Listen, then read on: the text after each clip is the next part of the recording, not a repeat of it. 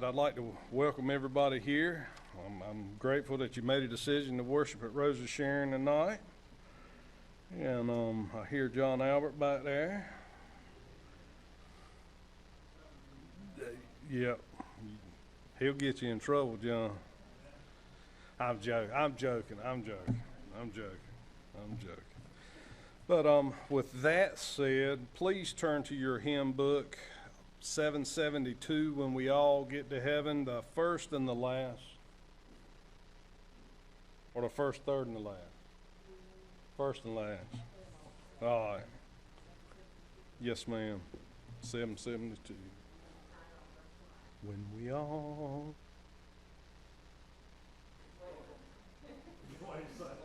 Better drown it out with a little music. Okay.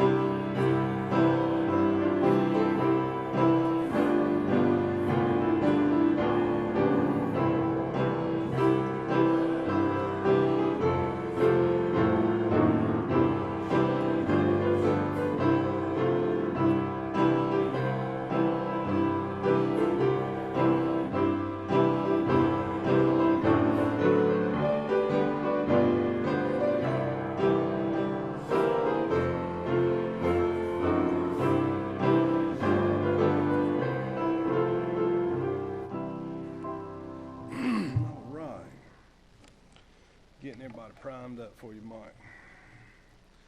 All right, straight to announcements. Thursday, I just sent a, Thursday is 10 a.m. Senior Fellowship, and if I'm not mistaken, I asked Mr. Billy Gherkin to do the lesson. Does any of those that attend that, do y'all know if I did or not? I shot him a message. He hasn't shot me one back. You know Miss Peggy? You got my back if he don't have it, if he's not ready. All right. I'll do that too. I will too, Miss Peggy. I'll do that. Okay. 10 a.m. Senior Fellowship, 7 p.m. Circle of Joy. That's the meeting. Okay. Upcoming Sunday, May 20th, youth donation only lunch, spaghetti. Sunday, May 27th, NEO's conference at 6:30 in our sanctuary. Sunday, June 3rd, 2 p.m. to 4 p.m. Ahoy, it's a boy. Please join us for baby shower honoring Philip Augustus Bailey Augie. Church, oh man, I'm lost on that one. Can somebody help me out with that one? Missing that screen, baby. Okay. So it's a baby shower. Sunday, June 3rd, 2 p.m. to 4 p.m. All right, May is Children's Home Month. Change for Children campaign serves to raise awareness of our young people and the Free Will Baptist Children's Home, as well as educate new church members and youth about the Children's Home. There are blue bags for your change in the gallery. Please pick one up for your whole family and put your change for the month in it. All collection bags should be turned in by May 27th. All right. Any other announcements?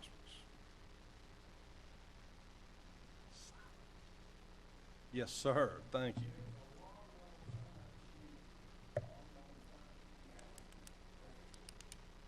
Wow. Okay. Lawnmower sign-up sheet. Is it Has it got any, I mean,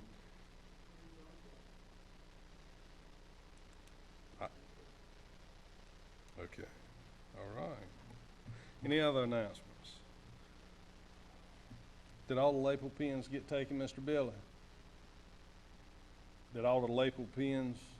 Good deal, good deal. Just got rid of them, that's great. All right, any other announcements? Where's Phil at tonight? Right. All right, going into prayer time. I see Charlie Mike Williams written down. Dale Manning's cataract surgery went well. Okay, so that was a praise item. And I know Margaret Cherry. No, yeah, well, Margaret Cherry was mentioned also, but the Coltrane, Janie Coltrane was mentioned.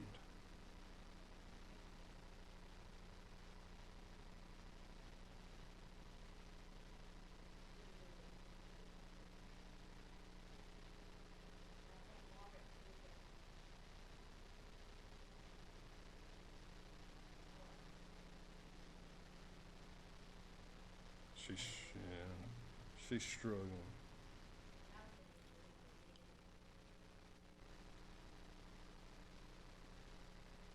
Care, yeah. Yeah.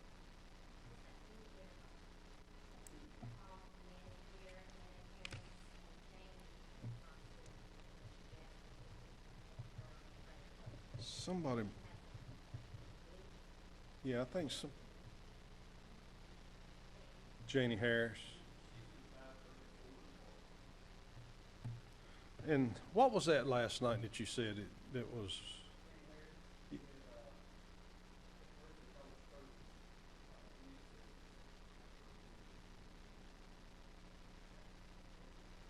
Yeah, yeah, yep.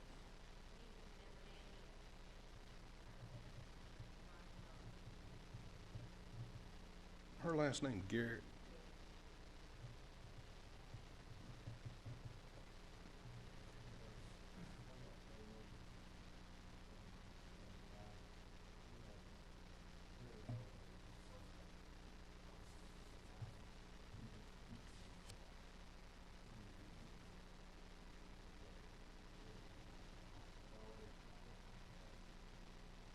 That was Tammy Fine. Chuck Ellis.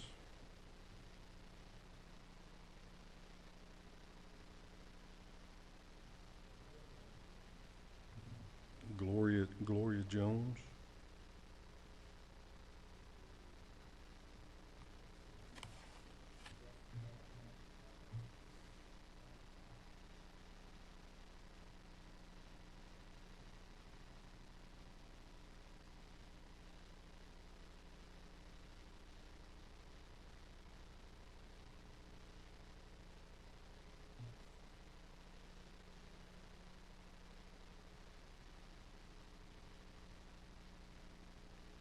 What's his first name?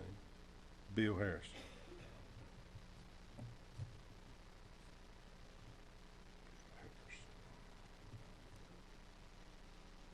At his work. No, Beth Rogers. Yep. Yep. Something about a tumor being on top of another tumor.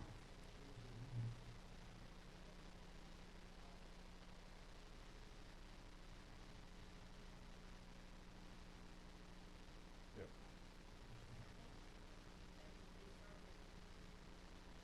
Yeah, that's what he said. That's what he said. Don't know what time.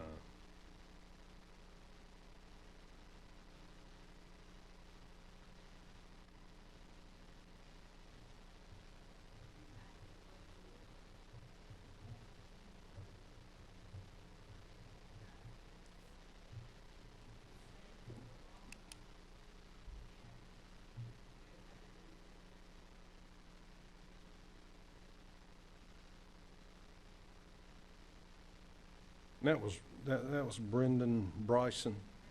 Brendan. I remember him from the Ruletons. Yeah.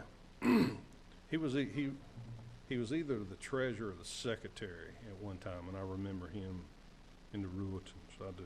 That's where I know him from.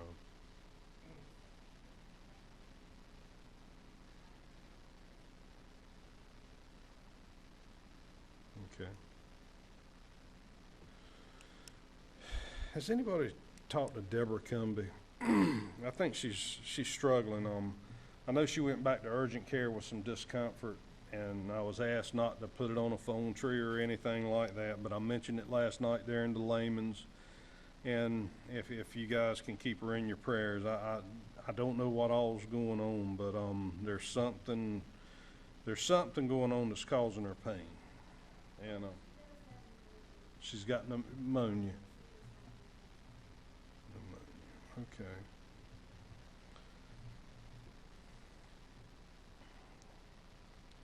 Anybody else?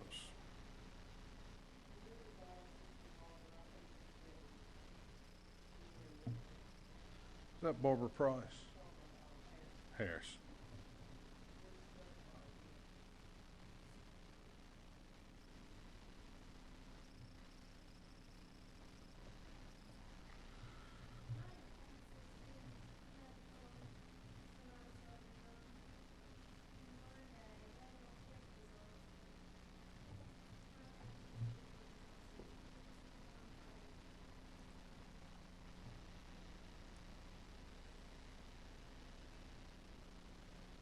Anybody else?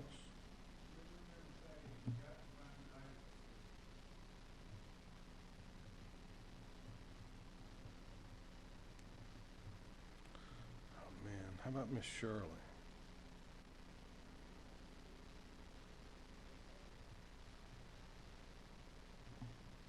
Okay.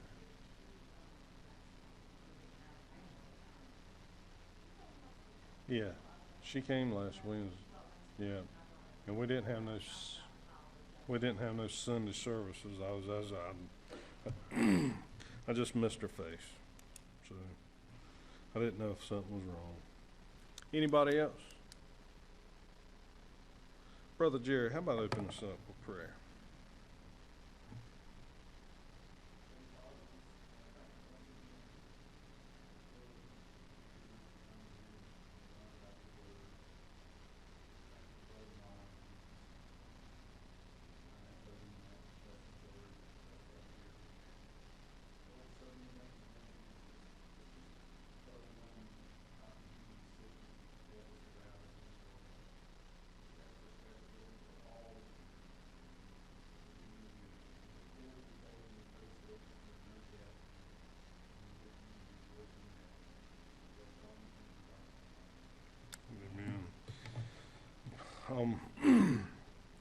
If anybody wants to do, I think I'm done. I got you for is that the 30th of this month, Lisa? Or the next? Okay, if anybody wants to do a devotional one night, please just let me know. I don't want to leave anybody out. Don't want to think, well, he's not asking me, but if you do, please just let me know. I'll be glad.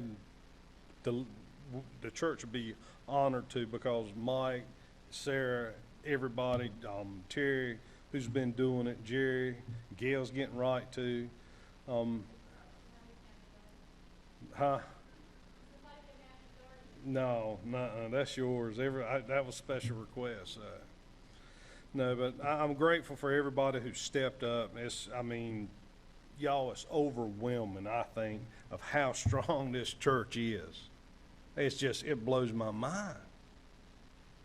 But I don't know. I'm grateful to be a part of Rosa Sharon. I feel the strength through the congregation, and I am surrounded with some awesome people who are right steady saying, well, Curtis, how about this? And it helps me out. It keeps me straight. It holds me accountable. And I love you guys, and Mike, it's yours, bro. Okay. That's a whole lot to be said there.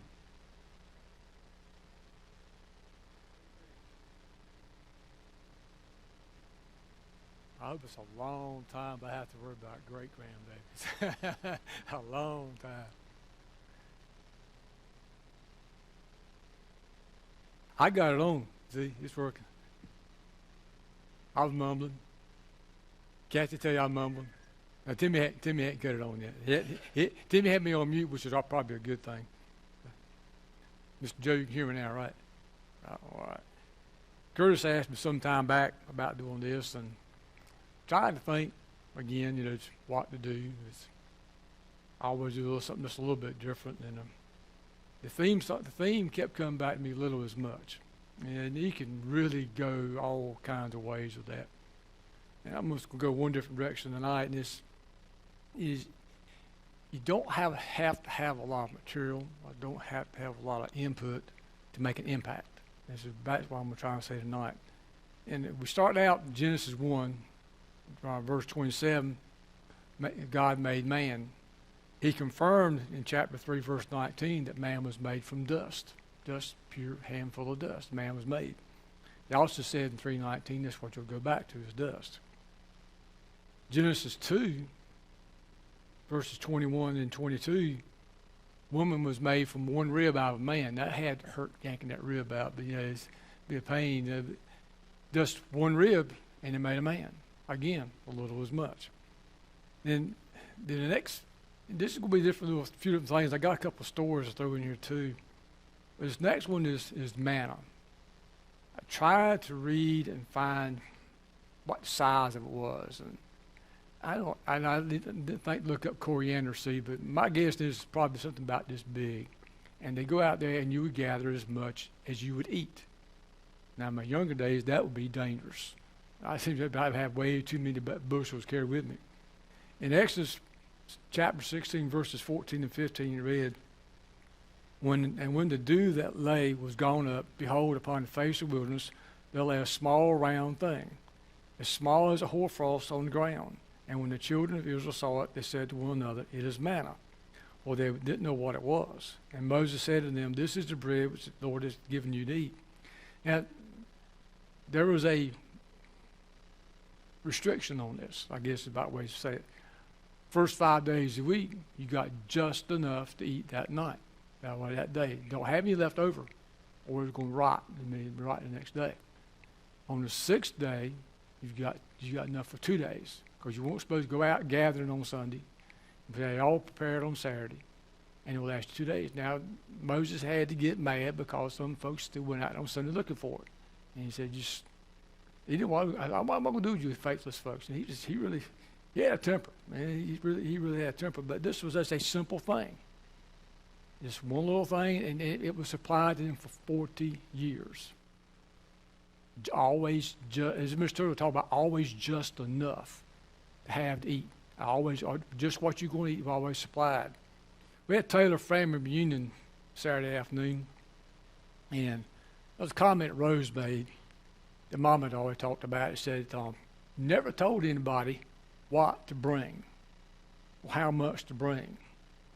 But I tell you, if you ever walked down the aisle at Taylor family reunion, if you went away hungry because you didn't put anything in your plate, or you didn't have a plate in your hand, you're bound to pick up something, wasn't it, but a deviled egg. Somebody always brought enough. All the different varieties, different things were brought. Plenty of things to eat, plenty of things to drink, tea, sweet water, sweet tea, unsweetened tea, Pepsi, whatever. It always was enough.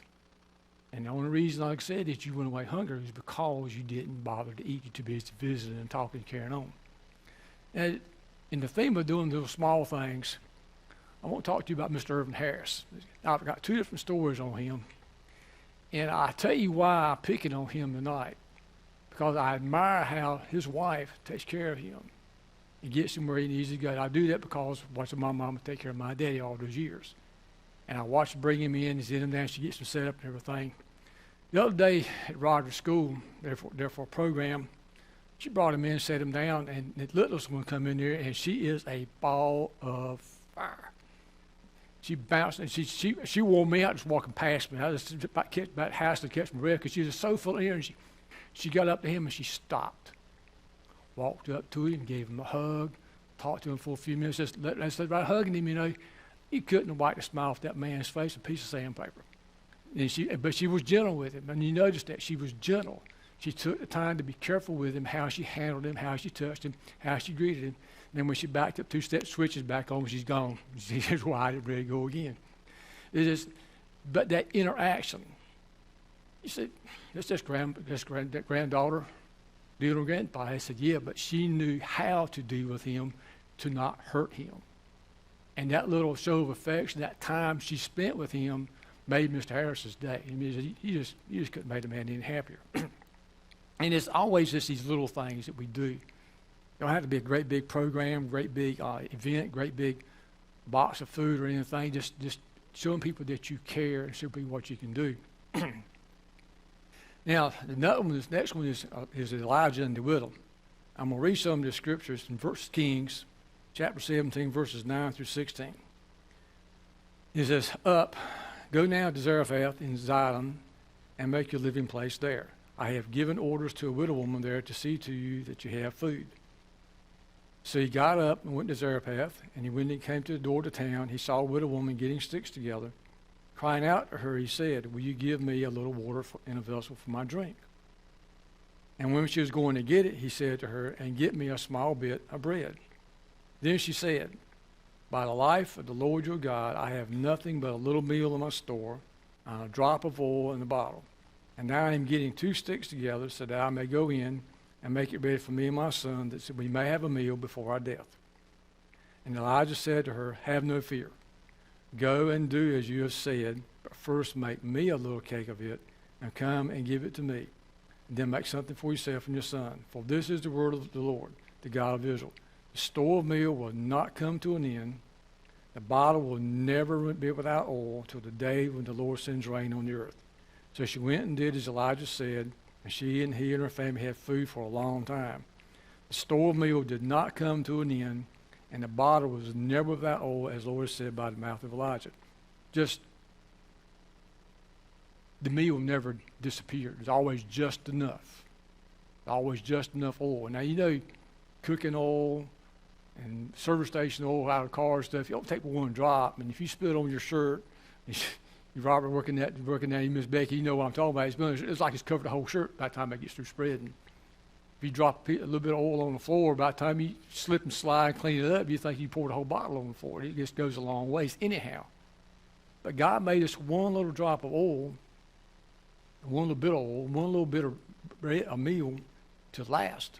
Didn't say how many days. I don't remember the time frame on that, but it said for a very long time. The prophet was fed. The woman was fed. Her son was fed. And she said, family said, maybe others that you just don't know. But it made just a little bit go a long way. So again, the theme, a little was much. And then Jesus had a bit in this too, and the widow and her 2 bits. Mark 12, verses 41 through 44. "And he took a seat by the place where the money was kept, and saw how the people put the money into the boxes, and a number who had wealth put in much. There came a poor widow, and she put in 2 little bits of money, which made a farthing. And he made his disciples come to him and said to them, Truly I say to you, this poor widow has put in more than all those who put in money into the box, because they all put something out of what they had no need for, but she, out of her need, put in all that she had, even all her living. What she had will be mere pocket change, most anybody else, but it was every bit that she had. So a little bit was a lot to her, very much. A big deal for her, but she did it out of her faith that God would provide and take care of her. Now, I got a second story, Mr. Harris. And this a little bit more. That band concert, I think it was like in December I saw it. And this is one, I had the phone right there. I should have took a picture, and I regret never taking a picture of it. Miss Harris brings them in, gets them set off in the corner there, and she goes off doing something. And another granddaughter, one of the 3 Clemmer girls, I think it was the middle one, she came up to him, whispered into his ear. The next thing I know, she's crawled into his lap, curled up on his lap, her head on his shoulder. Mr. Harris has got his good arm wrapped around her, and I don't know who's the happiest, who's the most content. But that one little act of affection affected everybody that was around him, because she gently came up to him. She gently crawled into his arms. He was as happy as he could be. and just held on to her and just smiling. And she laid there with her head on his shoulder, just as happy as she could be. That was, for him, that's his day. Let's go ahead on, box me up, send me home. I'm done. This has made his day. But just a little action, a little effect, just a little something to be done, meant a whole lot to Mr. Harris. And again, I pick on him in this story tonight because my appreciation of those that have taken care of the widows that have taken care of, not widows, but the women that have taken care of the husbands in a very big time of need. And I've seen that personally. And we watch others helping them as well. Now, the next two stories of Jesus feeding the 5,000 and the 4,000. And we all know the stories by heart. So I'm not even going to read the scripture. But the first one, 5 loaves and 2 fishes. He fed 5,000 men, not counting the women and children. It potentially could be 15,000 people that he fed with 5 loaves and 2 fishes. And the disciples, said, we don't have anything. So there's one little boy right here. How are we going to feed all that? Jesus said, give it here. And he didn't really tell them to have faith. He says, give it here. And then basically said, I'll show you. And he did. And they took up 12 baskets of food. Now, if I remember reading the commentaries right, the baskets they're talking about the kind that these folks carried around with them to keep all their stuff with them all the time. Something about size both my hands together. And just something, basically a personal size. It might not be a European man bag or something, I don't know, but there's something about that size. But it filled up 12 of them out of almost nothing to start off with. And then you would think the disciples would remember this. Hindsight's always 20/20. Of course, I know how my memory is, so I can't complain about the disciples.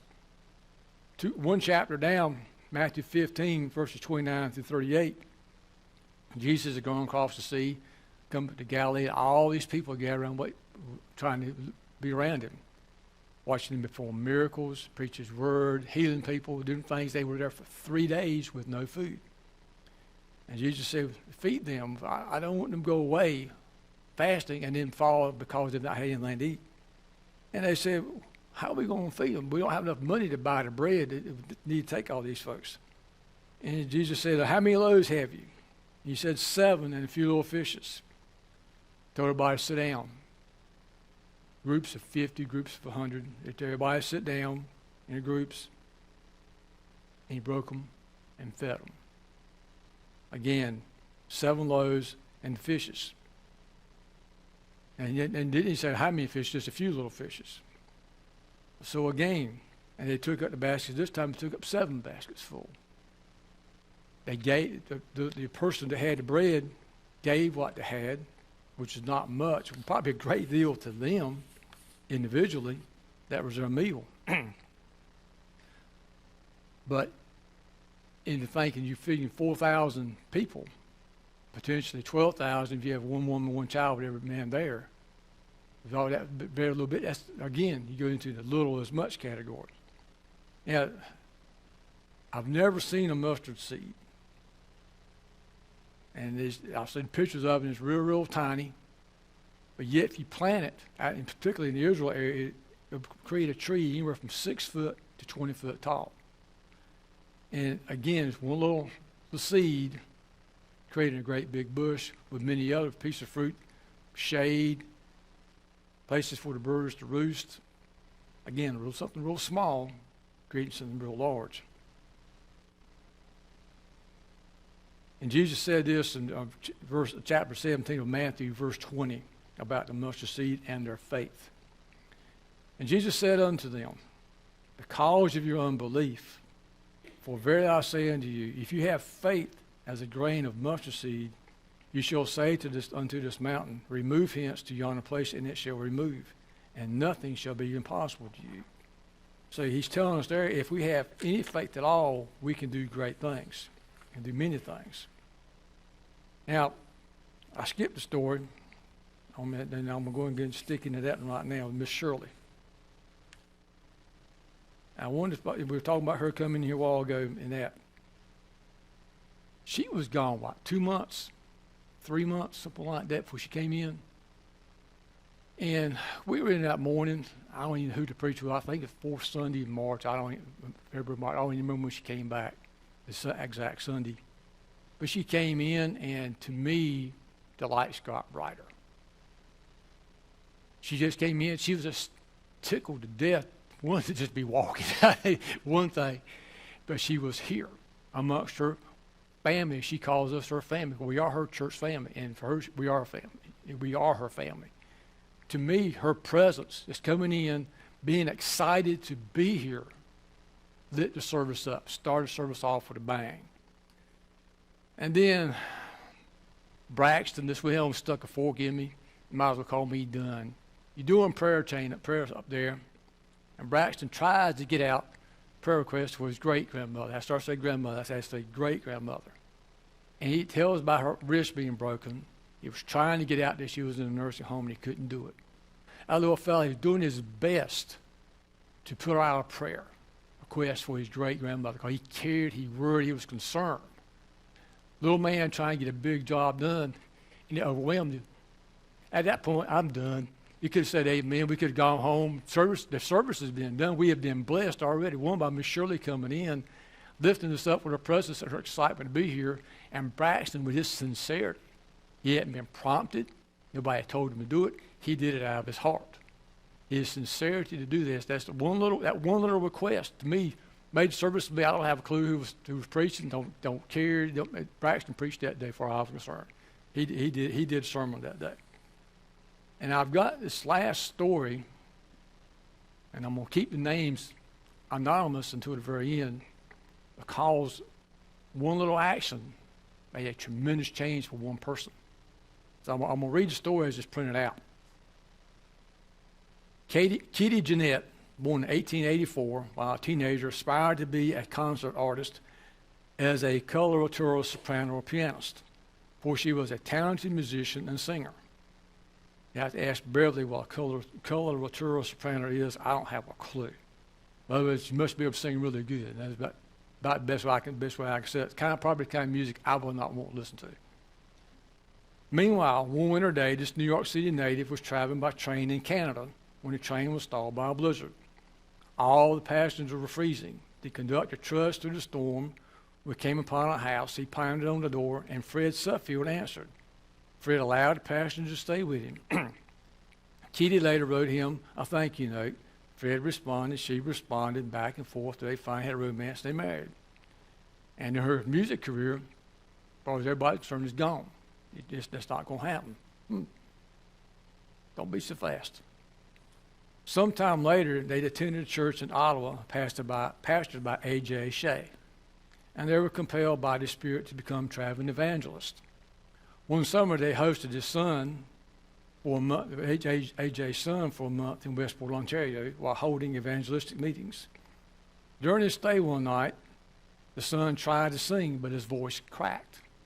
He couldn't hit the notes that she was trying to play for him. He got discouraged. I am never going to sing again. I'm done.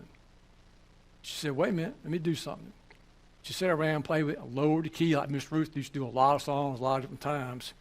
Lowered the key, and he sang beautifully from that moment on.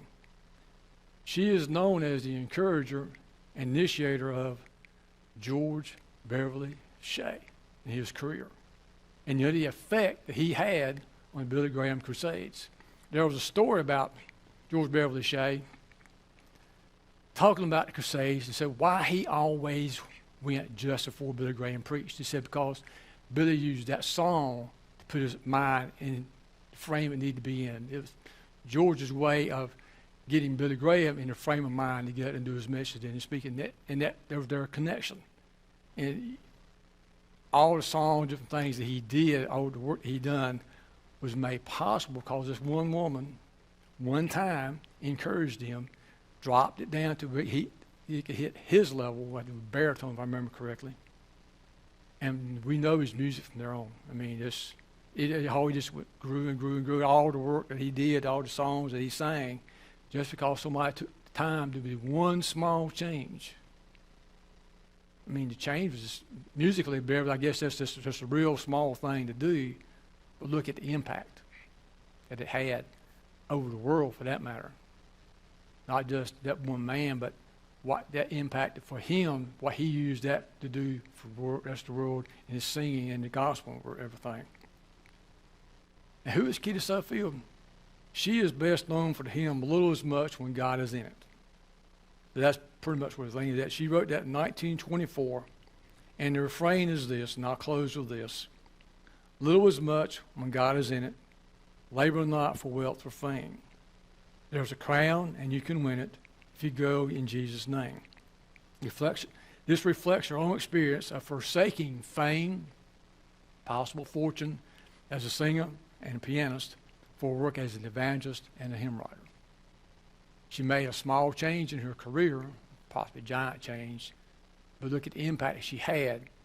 It may be that she has one major song that everybody knows her by, but to me, she was there for a reason, was to encourage George Beverly Shea for the impact that he had upon all of us in the Christian world as we know it. Curtis, have our closing prayer for us, please.